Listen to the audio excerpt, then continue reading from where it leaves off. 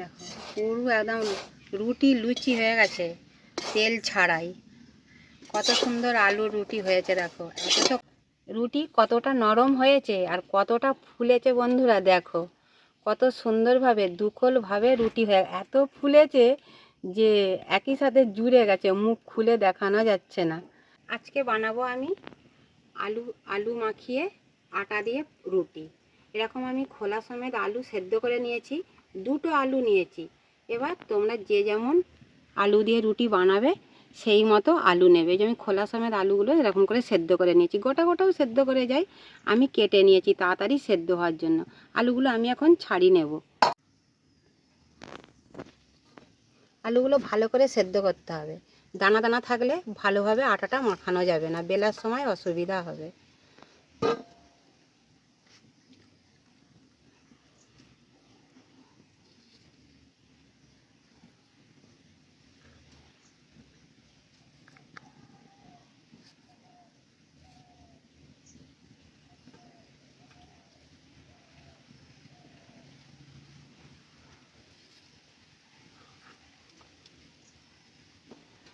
আলু আমার সব ছাড়ানো হয়ে গেছে। আলুগুলো এতটাই ভালো সেদ্ধ হয়েছে যে ছাড়াতে ছাড়াতেই অর্ধেক ছেড়ে চলে গেছে। আলুগুলো এখন আমি ভালো করে মেখে নেব।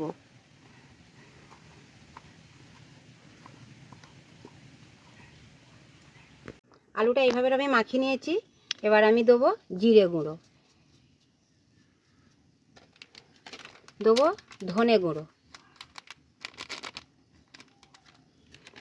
লবণ, স্বাদ মতো লবণ দিতে হবে, কেন কম বেশি হতেই পারে, কেন আটা আছে আলু আছে বোঝা যায় না তো, পরিমাণ মতো দিতে হবে। দিয়ে আমি আবার ভালো করে একবার মাখিয়ে নেব।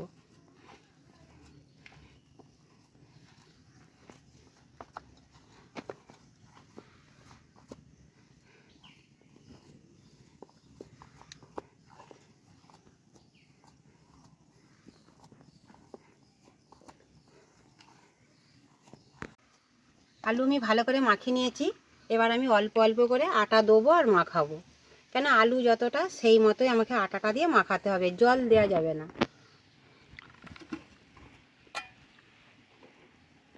এবার যে যেমন রুটি বানাবে সেই মতো আলুটা তোমাদের সেদ্ধ করে নিতে হবে।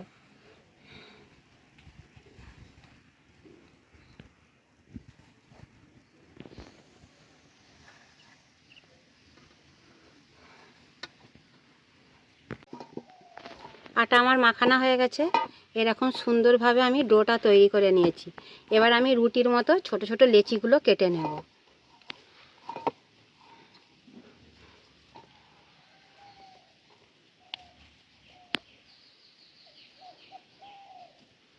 ছোট বড় যে যেমন মোটা পাতলা রুটি করবে সে তেমন লেচিটা কাটবে, কেন আর এই রুটি বেশি পাতলা করলে ভালো লাগবে না, একটু মোটা করতে হবে।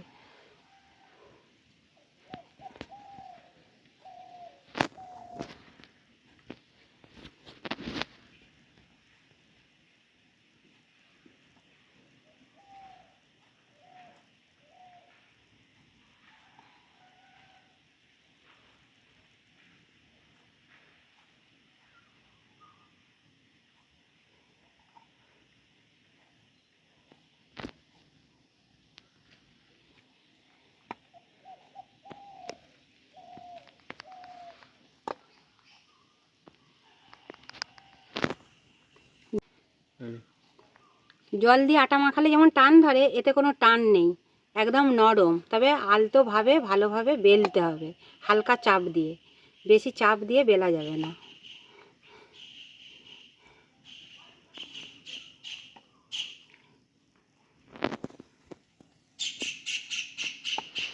লেচিগুলো আমি এইভাবে কেটে নিয়েছি, লেচিগুলো পাক দিয়েও নিয়েছি। এবার আমি একটা একটা করে বেলে নেব। দেখো দুটো আলুতে আমার 13টা রুটি হয়েছে। এবার যে যেমন রুটি খাবে সেই মতো আলুটা কিন্তু দিতে হবে।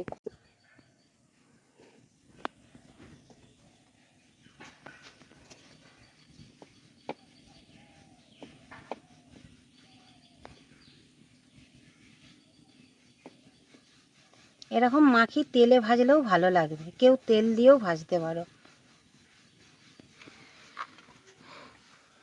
তবে ধার কিন্তু গোল হবে না, এরকম ফাটা ফাটাই হবে। একটা রুটি আমার বেলা হয়ে গেছে।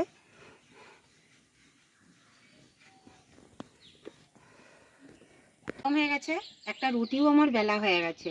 এখন আমি একটা রুটি করে দেখব কতটা ভালো হয় আর ফোলে।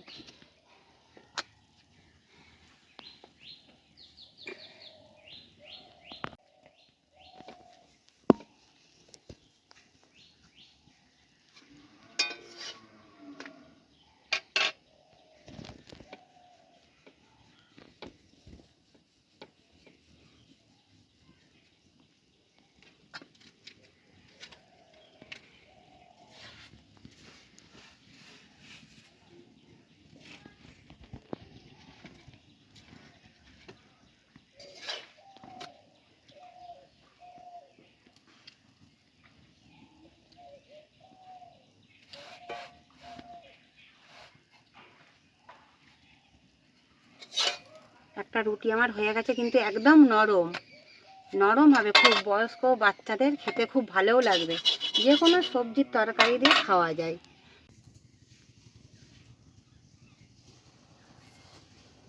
ফেটে গেছে ফুলতে ফুলতে এখান দিয়ে। কত সুন্দর ফুলেছে রুটিগুলো, নরম, খুন্তির থেকে পড়ে যাচ্ছে। রুটি আমার ভাজা হয়ে গেছে, এটাকেও আমি ভালো করে ভেজে নেবো কড়াতে।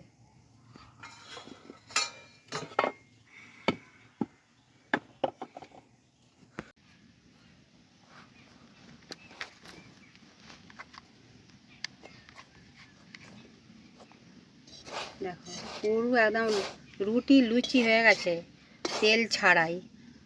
কত সুন্দর আলুর রুটি হয়েছে দেখো, এত পাতলা একদম রুটিটা।